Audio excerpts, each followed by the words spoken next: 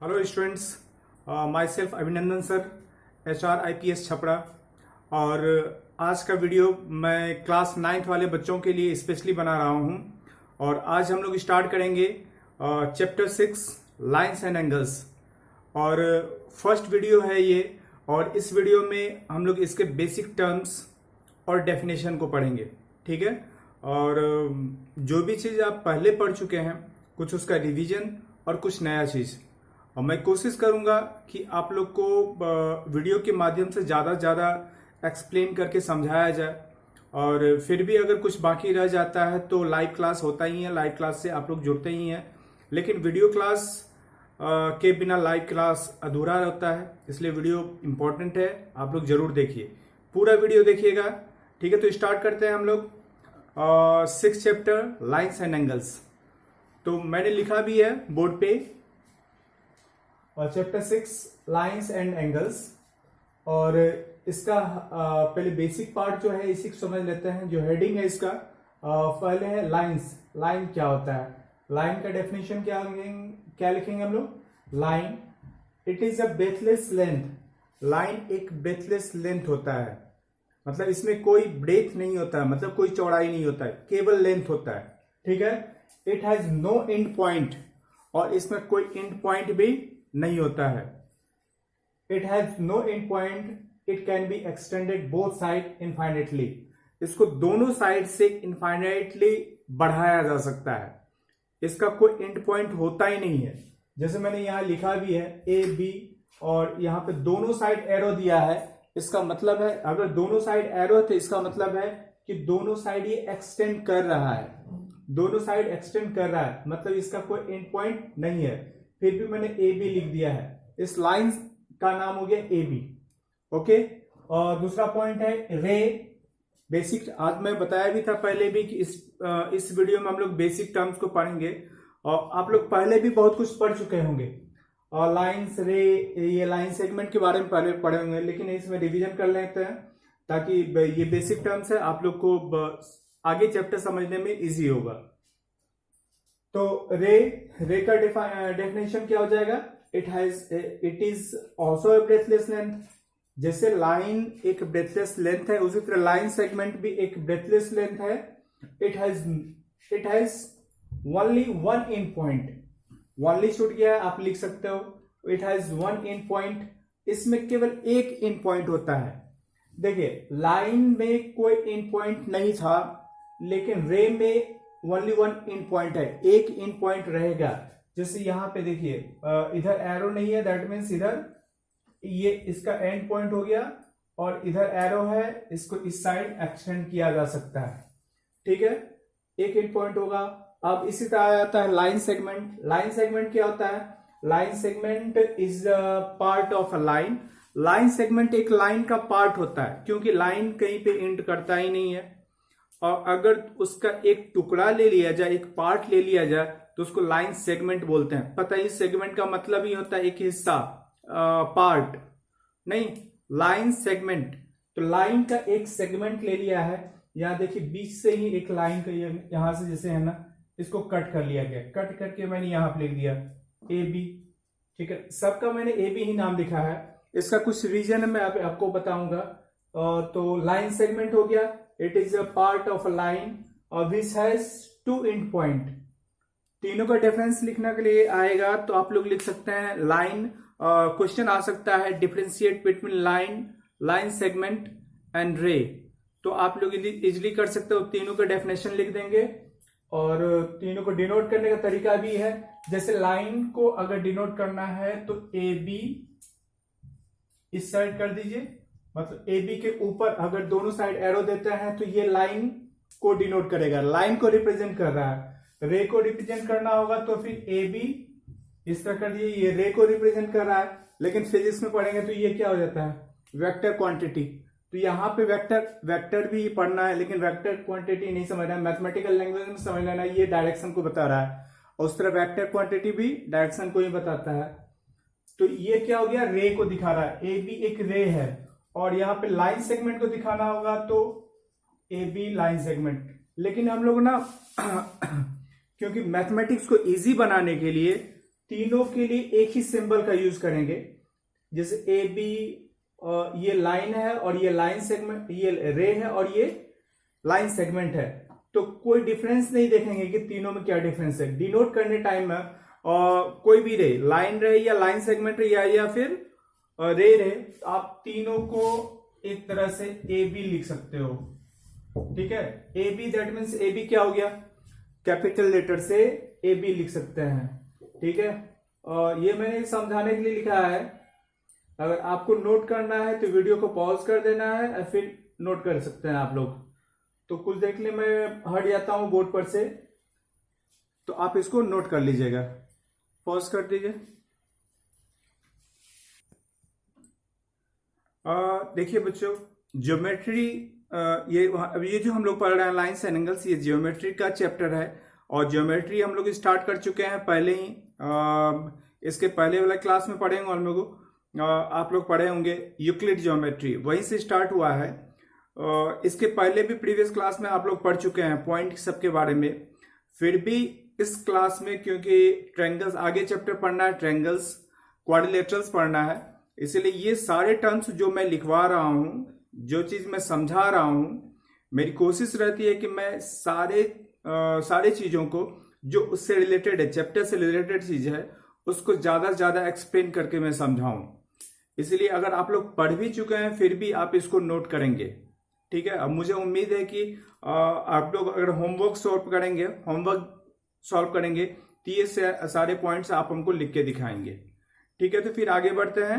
अभी हम बात कर रहे थे किसका, लाइन को रिप्रेजेंट करने के लिए सिंपली देखो, लाइन हो या लाइन सेगमेंट हो या रे हो, तीनों को आप ए बी, मतलब ऊपर कुछ डायरेक्शन उसमें कुछ देने की जरूरत नहीं है, डायरेक्ट ए बी भी जनरली आप लोग लिख सकते हैं, जनरली डिनोट किया जा सकता है। ठीक है, इजी करने के लिए। और जनरली ऐसे ना स्मॉल लेटर जो होता है, अगर आप कैपिटल लेटर से डिनोट करते हैं तो 2 लेटर लिखना। जैसे एक लाइन है ए बी, तो इसको ए बी एक कैपिटल लेटर से लिखना है। अगर स्मॉल लेटर का यूज करना होगा तो एक ही स्मॉल लेटर का यूज होगा, तो एल। अगर लिखेंगे लाइन एल या लाइन एम, लाइन एन, इस तरह से लाइन को रिप्रेजेंट करते हैं स्मॉल लेटर से, एक सिंगल स्मॉल लेटर से लाइन को रिप्रेजेंट किया जाता है। अगर आप कैपिटल लेटर लिखते हो तो कैपिटल लेटर 2 एंड पॉइंट को डिनोट करता है। 2 एंड पॉइंट से, क्योंकि आप लोग पता ही होगा, पहले भी पढ़ चुके हैं, एक लाइन या लाइन सेगमेंट को ड्रॉ करने के लिए 2 पॉइंट की जरूरत होती है। नहीं, 2 पॉइंट से हम लोग एक स्ट्रेट लाइन ड्रॉ कर सकते हैं। We can draw a straight line with 2 end point. That's why the first end point is denoted by A, capital letter, and second end point जो B से डिनोट करेंगे कैपिटल लेटर से। ठीक है, तो ये ए बी कैपिटल लेटर या small letter लिखना है तो एक ही सिंगल स्मॉल लेटर हम लोग लिखेंगे। फिर आगे बढ़ते हैं हम लोग। आगे देखिए, आगे मैंने लिखा भी है कॉलिनियर पॉइंट। कॉलिनियर पॉइंट क्या होता है? कॉलिनियर पॉइंट के बारे में आप लोग समझेंगे। If 3 or more points lies on the same line, अगर एक ही लाइन पे, सिंपल समझना, कॉलिनियर का मतलब होता है कॉलिनियर, लीनियर मतलब होता है एक लाइन पे लाइज करना, मतलब एक लाइन पे जितने सारे पॉइंट होंगे। अब मैंने यहाँ 3 or more points लिखा है, 3 or more points, क्योंकि पता है कि 2 पॉइंट से तो एक स्ट्रेट लाइन ड्रॉ होता ही है। We can draw a straight line with 2 end points. 2 point से तो ड्रॉ कर ही सकते हैं, लेकिन मैंने 3 पॉइंट्स को लिखा है क्योंकि एक तीसरा पॉइंट तो बीच में कहीं ना कहीं होगा ही। ठीक है, तो एक लाइन पे जितने सारे पॉइंट होंगे वो सारे पॉइंट स्ट्रेट लाइन पे, भाई एक स्ट्रेट लाइन पे जितने सारे पॉइंट होंगे वो सारे पॉइंट कॉलिनियर पॉइंट कहलाएंगे। ठीक है, तो देख लो, लिखा भी मैंने, if 3 or more points lie on the same line, they are called the collinear point, otherwise they are called non-collinear point.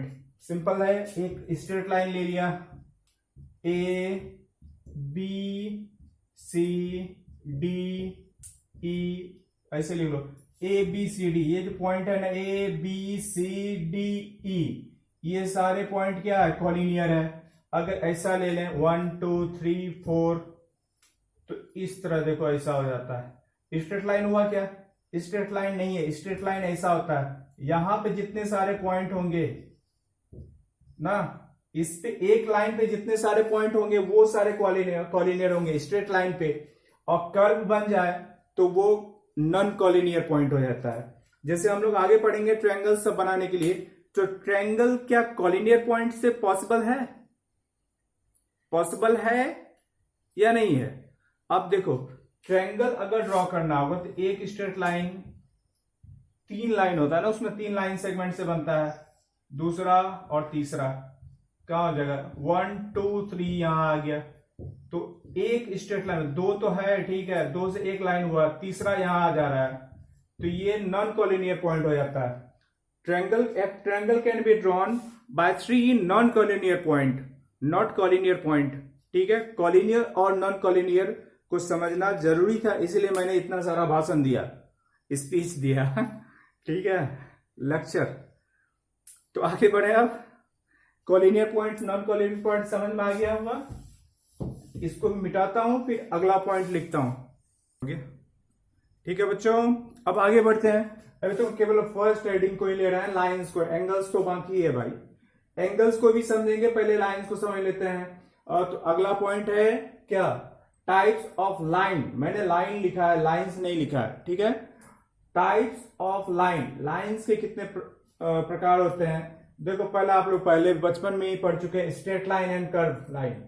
Straight line जो सीधा होता है, कर्व लाइन जो टेढ़ा मेढ़ा होता है ना, जो कर्व लाइन टेढ़ा मेढ़ा होता है, स्ट्रेट लाइन नहीं सीधा होता है। स्ट्रेट लाइन कैसा होगा, सीधा लाइन को बोलते हैं ना स्ट्रेट लाइन। ये सबसे शॉर्टेस्ट लाइन होता है, अगर 2 पॉइंट के बीच का डिस्टेंस निकालना होगा ना, सबसे शॉर्टेस्ट डिस्टेंस जो होगा ना वो स्ट्रेट लाइन होगा, और लॉन्ग डिस्टेंस होगा कर्व लाइन। अगर इसको इससे से समझो तो ये हो गया स्ट्रेट लाइन, अगर इस तरह ये इसे कर दोगे ये कर्व लाइन। समझाने की जरूरत नहीं है ज्यादा, बेसिक टर्म्स है, ये बेसिक टर्म्स है, क्योंकि मैं इसको रिकॉल कर रहा हूं आप लोगों को, चैप्टर में हेल्प करेगा। ऐसा नहीं समझे कि ये पता नहीं क्या नया चीज आ गया, नया कुछ नहीं लगेगा भाई। आप हमसे पढ़ रहे हैं ना, सारा IPS में पढ़ रहे हो, तो वैसे टीचर्स तो आपसे मिलेंगे ही, जो सारे चीज को आप लोग किसी भी क्लास में चले जाओ आपको अच्छे से एक्सप्लेन करके समझाएंगे सर, ठीक है। ये समझ में आ गया होगा। अब आता है ना जो आपके काम लायक चीज है, वो लाइंस पढ़ना है। लाइंस ही लिखा गया यहाँ पे, लाइंस। लाइंस भी तो 2 टाइप्स के होते हैं, 2 टाइप्स के होते हैं। एक होगा इंटरसेक्टिंग लाइन, दूसरा पैरेलल लाइंस, ठीक है। इसको बोलते हैं नॉन इंटरसेक्टिंग लाइन, इसको इंटरसेक्टिंग लाइंस को बोल सकते हो, और इसको क्या बोलेंगे, नॉन इंटरसेक्टिंग लाइन या पैरेलल लाइंस। इसको नॉन इंटरसेक्टिंग लाइन भी बोल सकते हैं। लिख देता हूं मैं, इंटरसेक्टिंग लाइंस, ठीक है। इसको नॉन इंटरसेक्टिंग लाइंस भी बोलेंगे। ये इंटरसेक्टिंग लाइन और ये नॉन इंटरसेक्टिंग लाइन। मैं बोल के डेफिनेशन बताता हूं, इसके बाद जो होगा ना इसको मिटाकर मैं इसका डेफिनेशन भी लिख दूंगा, आप लोग नोट कर देंगे। देखो इंटरसेक्टिंग लाइन क्या होता है ना, when 2 lines intersect at a point. Intersect मतलब मीट करना। जब 2 लाइन किसी न किसी एक पॉइंट पे मीट करता है तो उसको बोलते हैं, 2 लाइन है तो इसलिए लाइंस बोलते हैं। जब 2 लाइन किसी न किसी एक पॉइंट पे मीट करता है तो उसको बोलते हैं इंटरसेक्टिंग लाइन। जब when 2 lines meet at any point, at a point, जैसे इस पॉइंट पे मीट कर गया ना, ये ए बी एक लाइन, ये सी डी दूसरा लाइन, एक पॉइंट पे मीट कर गया ओ। देखो ऐसे गया ऐसे गया, यहां पे मीट किया ना, तो ये पॉइंट हो गया intersection point, point of intersection, और ये दोनों लाइन इंटरसेक्टिंग लाइन हो गया। जस्ट उल्टा हो जाता है नॉन इंटरसेक्टिंग लाइन या पैरेलल लाइंस। जब 2 लाइन कभी नहीं मिले, when 2 lines never meet at any point, when 2 lines never meet at any point, जब 2 लाइन कभी नहीं मिलता है, and perpendicular distance between them always same, ठीक है। जब उसका perpendicular distance, उसके बीच का डिस्टेंस हमेशा सेम रहता है तो वो हो जाता है पैरेलल लाइंस। ठीक है ना, पैरेलल लाइन इस तरह होगा, यहां से डिस्टेंस निकालो या यहां से या कहीं से भी डिस्टेंस निकालो, इसका सेम रहेगा। एग्जांपल दे सकते हो रेलवे ट्रैक, रेलवे ट्रैक इधर उधर नहीं होता, हमेशा सेम ही रहता है, लेंथ उसका सेम रहता है। तो रेलवे ट्रैक जो होता है पैरेलल रेलवे ट्रैक होता है, रेलवे ट्रैक। समझ में आ रहा है? अब इसका डेफिनेशन देख लेते हैं, इसको मिटाते हैं, इसका डेफिनेशन मैं लिख देता हूं, आप लोग नोट कर देना। ठीक है बच्चों, आगे देखते हैं हम लोग। जैसे कि मैंने अभी बताया था कि उसका डेफिनेशन इंटरसेक्टिंग लाइन या पैरेलल लाइंस का डेफिनेशन, तो मैंने डेफिनेशन लिख दिया है, आप लोग नोट कर लेंगे। जो बच्चे नहीं नोट कर पाएंगे, बाय द वे अगर किसी वजह से वीडियो ब्लर होता है, मैं कोशिश कर रहा हूं कि पीडीएफ भी इसके साथ मैं आप लोगों को सेंड करूंगा जरूर। ठीक है, तो आप वहां से भी नोट कर लेना, लेकिन आलसी मत बनना। ठीक है, लेजीनेस नहीं लाना, क्योंकि ऐसा नहीं कि वीडियो देख रहे हैं अब वहां से नहीं कॉपी किए हैं, पीडीएफ का वेट कर रहे हैं, फिर बाद में कॉपी कंप्लेन करना शुरू, सर आप बोले थे पीडीएफ भेजने, पीडीएफ नहीं भेजें, पीडीएफ नहीं भेजें। ठीक है, तो दोनों मैं जरूर सेंड करूंगा आप लोग, लेकिन इससे कॉपी करना, क्योंकि इससे इसी बहाने आप लोग वीडियो तो जरूर देखेंगे ना। तो आगे बढ़ते हैं, देख लेते हैं इंटरसेक्टिंग लाइंस, मैंने लिखा भी है। When two lines meet at a point, जब दो लाइन एक पॉइंट पे मिलता है, then they are called intersecting line. और पैरेलल लाइंस क्या हो जाएगा?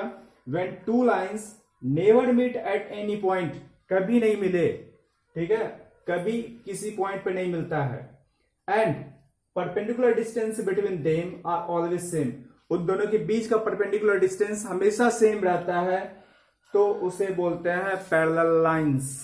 ठीक है, समझ में आ गया होगा। इसके पहले मैंने डायग्राम भी ड्रॉ करके समझा दिया था। अब आएंगे हम लोग एंगल्स पे। ठीक है, लाइंस कंप्लीट, इसका यूज करना सीखेंगे अगले वीडियो में, लेकिन अभी फिलहाल देखेंगे हम लोग एंगल्स का डेफिनेशन और टाइप्स ऑफ एंगल्स। अब आगे बढ़ेंगे हम लोग, एंगल्स को देखते हैं। लिखा भी मैंने एंगल्स, एंगल का डेफिनेशन क्या होता है? An angle is formed when two rays originate from the same end point.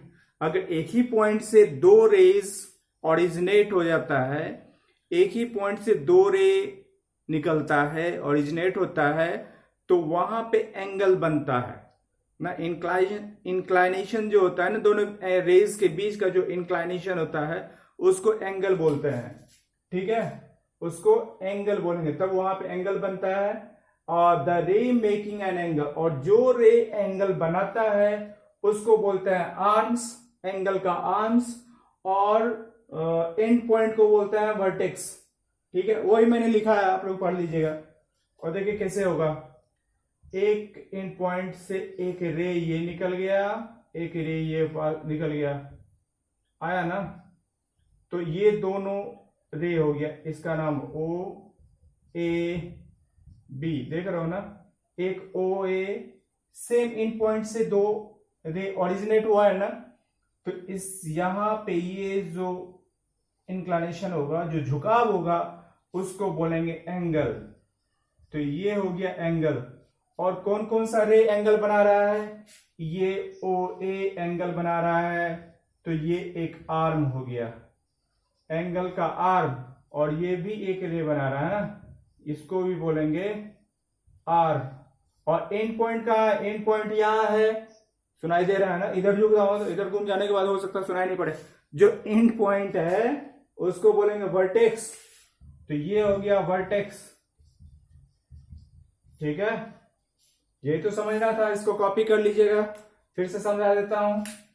N angle is formed when two rays originate from the same end point.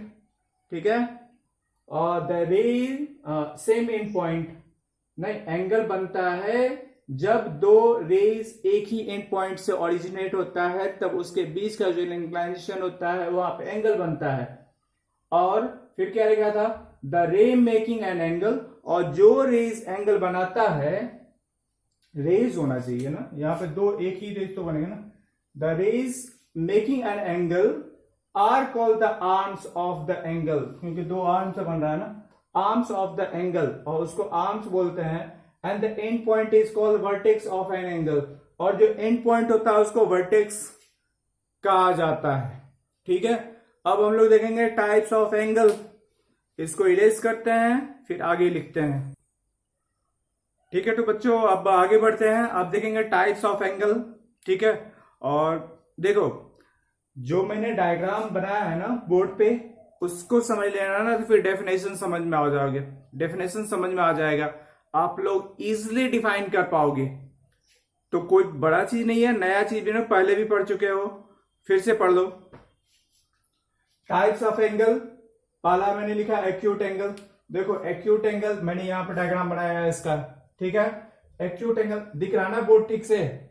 Board दिख रहा है ठीक से? हाँ ठीक है। एक्यूट एंगल बनाया है, देखो ये एंगल बना, और इस एंगल का देखो क्या वैल्यू होगा। एक्यूट एंगल कहते किसको है? Angle which is formed greater then 0 degree and less then 90 degree. जो एंगल 0 से बड़ा और 90 से छोटा हो, एक्यूट एंगल हो जाएगा।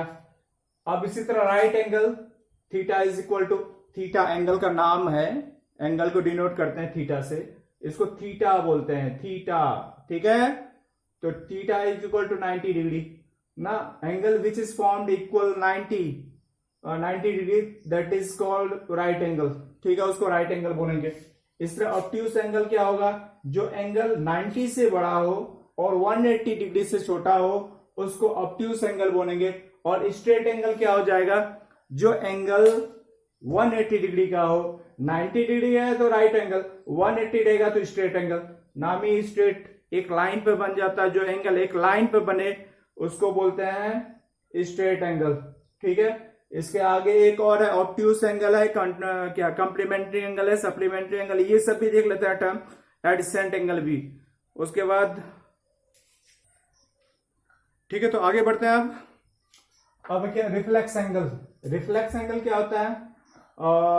Angle which is formed greater than 180 and less than 360 are called is called reflex angle.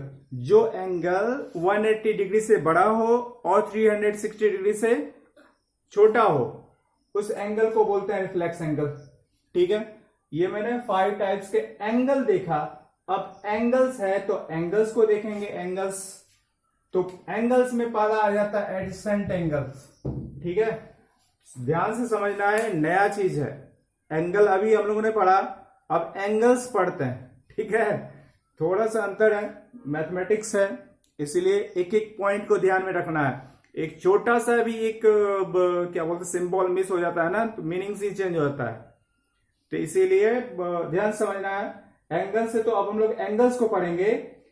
आता है क्या? एडिसेंट एंगल्स। एडिसेंट एंगल्स किसको बोलते हैं? देखो, टू एंगल्स आर एडिसेंट। दो एंगल्स एडिसेंट होता है कब? When they have a common vertex, जब उसका एक कॉमन वर्टेक्स हो, एंड अ कॉमन आर्म, एक आर्म कॉमन हो, वर्टेक्स भी कॉमन हो, आर्म भी कॉमन हो, एंड नॉन कॉमन आर्म्स, मतलब 2 आर्म से एक एंगल बनता है ना, तो 2 एंगल है तो एक ही आर्म कॉमन बोल रहा है। ठीक है, एक वर्टेक्स भी कॉमन है, और नॉन कॉमन आर्म्स जो होता है वो डिफरेंट साइड होगा कॉमन आर्म के। तो इसको फिगर से समझ लेता है ना, तो इसको मिटा दे। अब हटाइए, आप हट जाइए, मिट जाइए आप। देखो कैसे होगा, common vertex and common arm. ये एंगल, ये वर्टेक्स है, एक कॉमन आर्म ले लिया, इधर से भी एक एंगल, इधर से भी एक एंगल। ठीक है, इसका देखो वर्टेक्स ये कॉमन, ये वर्टेक्स कॉमन, ये एक ये आर्म कॉमन, ये इसको लिखते हैं कॉमन आर्म। ये कॉमन आर्म, ये क्या हो गया? नॉन कॉमन आर्म ना, नॉन, ये सीधा डॉट लगाते हैं ना यहां पर, ये भी नॉन कॉमन आर्म, समझ लेना। ठीक है, ये कॉमन, एक कॉमन आर्म, एक वर्टेक्स, नॉन कॉमन आर्म्स। देखो कॉमन आर्म्स के डिफरेंट साइड है, एक ये एक साइड है, एक इस साइड है। तो 2 एंगल कौन कौन सा बनता है? एक ये एंगल बना और ये एक एंगल ये बना, मतलब इसका ए, इसका नाम क्या रखोगे? कुछ रख दो इसका नाम, इसका नाम एक्स रख देते हैं, इसका वाई। ठीक है, तो तो ये एंगल जो बना ना एक्स और y, x and y are angle x angle y, ठीक है, आर कॉल्ड कौन सा एंगल? Adjacent angle.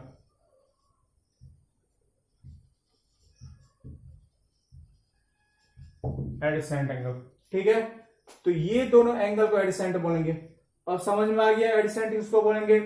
अगर दो एंगल जिसका एक कॉमन वर्टेक्स हो, एक कॉमन आर्म हो और नॉन कॉमन आर्म जो हो, कॉमन आर्म्स के डिफरेंट साइड रहे, तो उस कंडीशन में दो एंगल जो बनेगा ना, दोनों एंगल को बोलेंगे एडिसेंट एंगल। बन तो रहा है तीन एंगल, एक बड़ा भी एंगल बन रहा है, लेकिन इसको मत देखना भाई, देखना है किसको? ये दोनों एंगल को, ठीक है। स्टूडेंट ध्यान लगा के पढ़िए, सब कुछ समझ में आएगा, ठीक है, पेशेंस रखना है।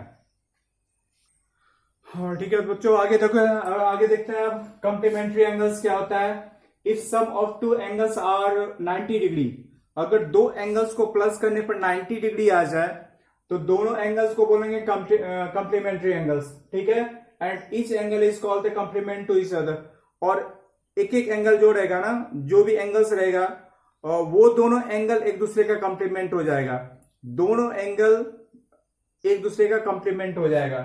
जैसे मैंने यहाँ पे एग्जांपल लिया, एक 30 डिग्री और एक 60 डिग्री, ठीक है, 30 डिग्री और एक 60 डिग्री, दो एंगल्स है ना, दोनों एंगल को प्लस करते हैं, 30 प्लस 60 इज इक्वल टू 90।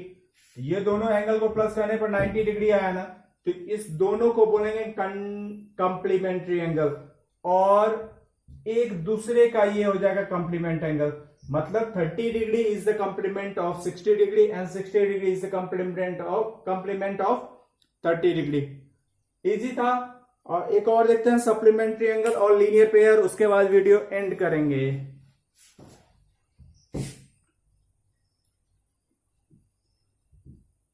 आप सप्लीमेंट बना दो।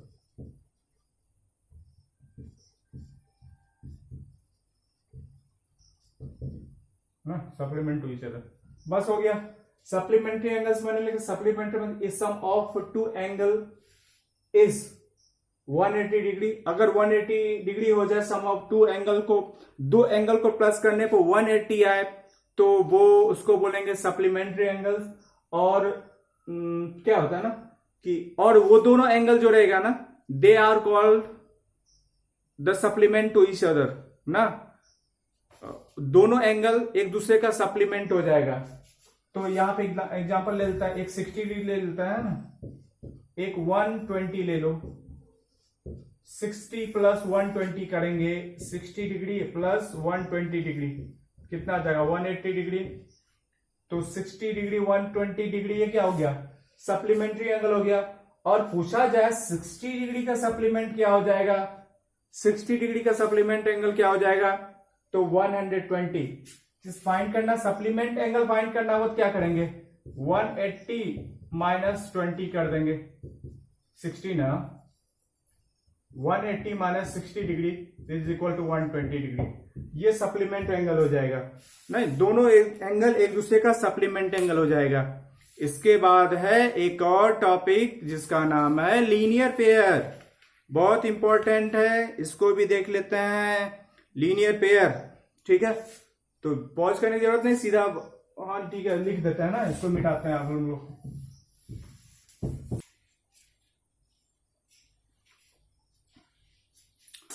हाँ तो बच्चों अब एक और देख लेते हैं point, linear pair. Linear pair मैंने लिखा है यहाँ पे, if sum of two adjacent angle is 180 degree. अगर दो एंगल को प्लस करने पर 180 डिग्री आए, एडिसेंट एंगल को याद रखना है। अगर कोई भी एंगल रहेगा ना तो उसको सप्लीमेंट बोलेंगे। यहां पे एडिसेंट में बोला हूं, एडिसेंट बोला हूं, तो याद रखना एडिसेंट। सप्लीमेंट्री एंगल और लीनियर पेयर में दोनों डिफरेंस है, एक थोड़ा सा डिफरेंस है। सप्लीमेंट्री एंगल क्या होता है ना, कोई भी दो एंगल को प्लस करने पर 180 आए तो उसको सप्लीमेंट्री एंगल बोलेंगे, ठीक है। लीनियर पेयर में क्या होता है, दो एडिसेंट एंगल ही होना चाहिए, याद रखना है। तो sum of two adjacent angle is 180 degree, then they are called linear pair. जैसे मैंने यहां लिखा भी है, देखो स्ट्रेट लाइन पे, एक स्ट्रेट लाइन पे 180 डिग्री बनता है जिसको स्ट्रेट एंगल बोलते हैं। ये इस पे एक स्ट्रेट एंगल बना है 180 डिग्री, और यहाँ पे दो एंगल बन रहा है, एक ये एंगल बन रहा है, एक ये एंगल बन रहा है। कॉमन वर्टेक्स ये है, ये कॉमन आर्म हो गया, मतलब ये दोनों एडजेसेंट एंगल है ना। तो एडजेसेंट एंगल AOC ये एंगल, BOC ये एंगल, दोनों को प्लस करने पर 180 डिग्री आ रहा है, तो ये दोनों एंगल हो गया लीनियर पेयर। ठीक है बच्चों, इस वीडियो में इतना ही, और क्योंकि सारे टर्म्स और डेफिनेशन, वीडियो का लेंथ भी इसको थोड़ा बड़ा हो गया, आप लोग देखे भी कितना स्पीडली मैंने पढ़ाया, जरूरी भी था। ठीक है ना, लेकिन उम्मीद करो, मैं उम्मीद करता हूं, आप क्या उम्मीद करेंगे? हाँ आप भी उम्मीद कीजिए। मैं उम्मीद करता हूं आप लोग को सारी चीज समझ में आया होगा, सभी कुछ जितने भी डेफिनेशन मैंने बताया और जितने भी टर्म्स को मैंने समझाया सभी कुछ समझ में आया होगा। तो मिलते हैं लाइव क्लास में, जहाँ नहीं समझ में आया होगा फिर वहां पर हम लोग सीखेंगे। ठीक है, बाय।